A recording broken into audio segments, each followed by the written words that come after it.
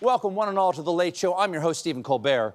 Ladies and gentlemen, my friends and neighbors, over the last 2 months, all the worrywarts out there have been running around going, oh, the Trump administration's evil. I don't think that's fair. They're also dumb. Yesterday, was this just yesterday? Just yesterday, we found out just how dumb. Turns out, in an unprecedented security breach, in a highly classified, cabinet-level group chat about plans to bomb Yemen, Trump officials did not notice that they had included the editor-in-chief of The Atlantic, Jeffrey Goldberg. That must have been really weird for Jeffrey. Oh, looks like the group chat's blowing up. Yemen.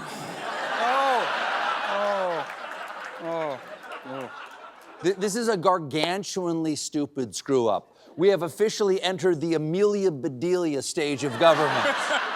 Quit! Peak headset! Scramble the fighter jets! No, not with a whisk!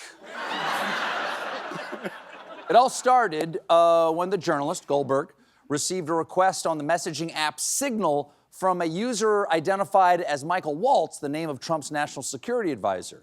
Now, at first, Goldberg was concerned that it might be a hoax, but he got a hint it might be real when he was added to a text chain called Houthi PC Small Group. Turns out it was real, and that Houthis is short for Who these idiots running our government? In addition,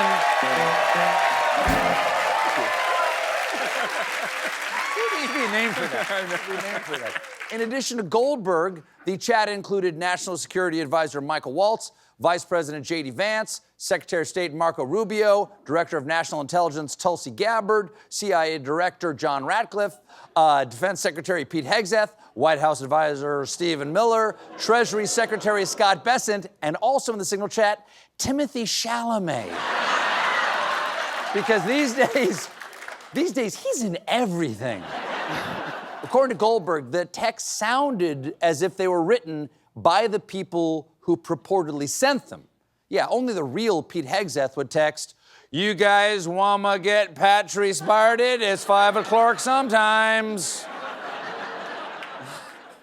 On Friday, the group chat started to heat up, like they always do on Fridays. You know, what do you guys want to do this weekend? Hit the club, Korean barbecue, rain laser-guided hell on a desert outpost, Jaeger bombs, actual bombs.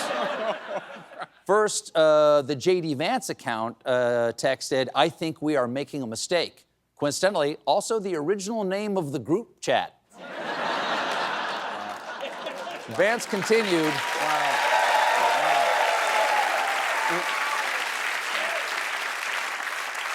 Vance continues, "There is a real risk that the public doesn't understand this, and there is a strong argument for delaying this a month, doing the messaging work on why this matters," to which Pete Hegseth responded, "I think messaging is going to be tough no matter what."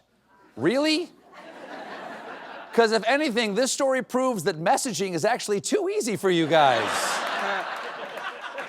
In the end, the chat rangers put aside their differences and came together to agree to bomb the Houthis, which Goldberg learned the next day when, at 11:44 a.m., Pete Hegseth posted a team update, which contained operational details of forthcoming strikes on Yemen, including information about targets, weapons the U.S. would be deploying, and attack sequencing. So to recap, the Secretary of Defense posted on a publicly available app specific war plans, which were then seen by a reporter who was accidentally on the thread.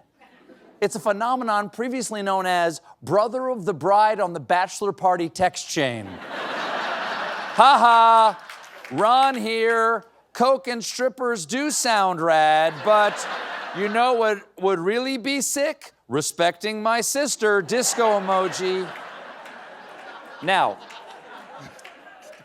fun fact. Posting war plans on Signal may have violated several provisions of the Espionage Act, and the Signal app is not approved by the government for the sharing of classified information. And the only reason we know that they were doing any of this is because they accidentally included a journalist. What else are these merit-based hires posting? Where else? What are they doing? Where else?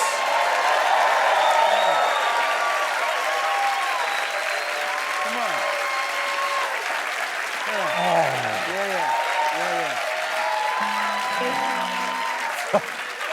For all we know, for just $4.99 a month, you might see the launch codes on OnlyFans. Then, to confirm whether these bombing texts were real, Goldberg checked social media for news of strikes on Yemen while waiting in his car in a supermarket parking lot. Okay, that's bad for our country, but even worse for the guy trying to figure out if Goldberg was ever going to leave his parking spot. Hey, buddy, you don't see my turn signal here? What are you waiting for? Secret war plans? Screw it. I'm going to stalk that old lady with a shopping cart. Hold on. After Goldberg started seeing reports of the strikes on social media, National Security Advisor Mike Waltz updated the chat group and described the operation as an amazing job, and then sent 3 emojis: a fist, American flag, and fire, to which Steve Witkoff responded with 5 emojis, 2 hands praying, a flexed bicep, and 2 American flags. To which I say,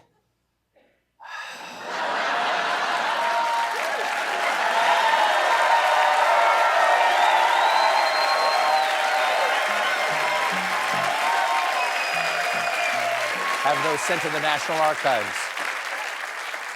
And again, all of these people on this group chat, all of these are the people with the highest possible security clearance in the world, who hold our most dangerous secrets, who aren't even supposed to say these things out loud outside of a skiff. And according to Goldberg, no one in the group seemed to have noticed my presence. And they should have known someone from the Atlantic was there, because after 10 messages, Goldberg chimed in to say, "You've reached your free article limit. Please log in to continue."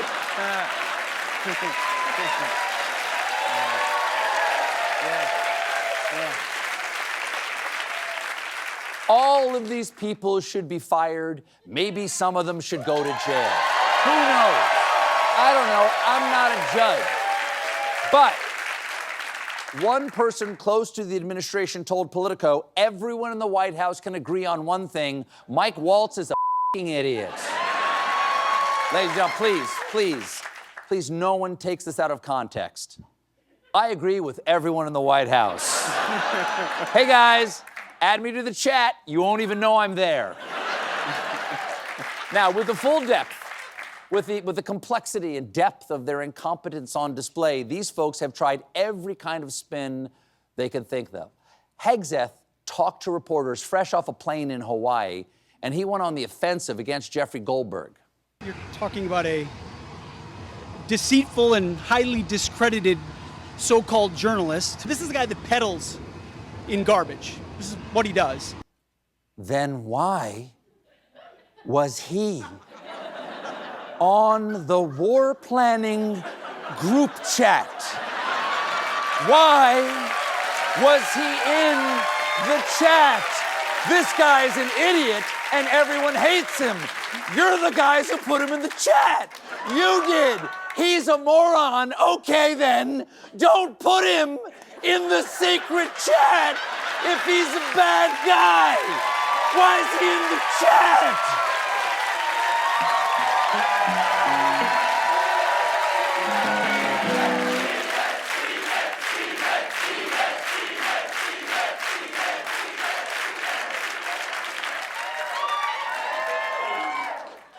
Hi. A reporter also asked Hegseth how they could have both used a publicly available app and accidentally shared all this classified info with a journalist. Why were those details shared on Signal, and how did you learn that a journalist was privy to the targets, the types of weapons used? I've heard I was characterized. Nobody was texting war plans, and that's all I have to say about that. Thank you. Appreciate it. The NSC said it was authentic. Nobody believes a word you're saying. And that's all I have to say about that, okay?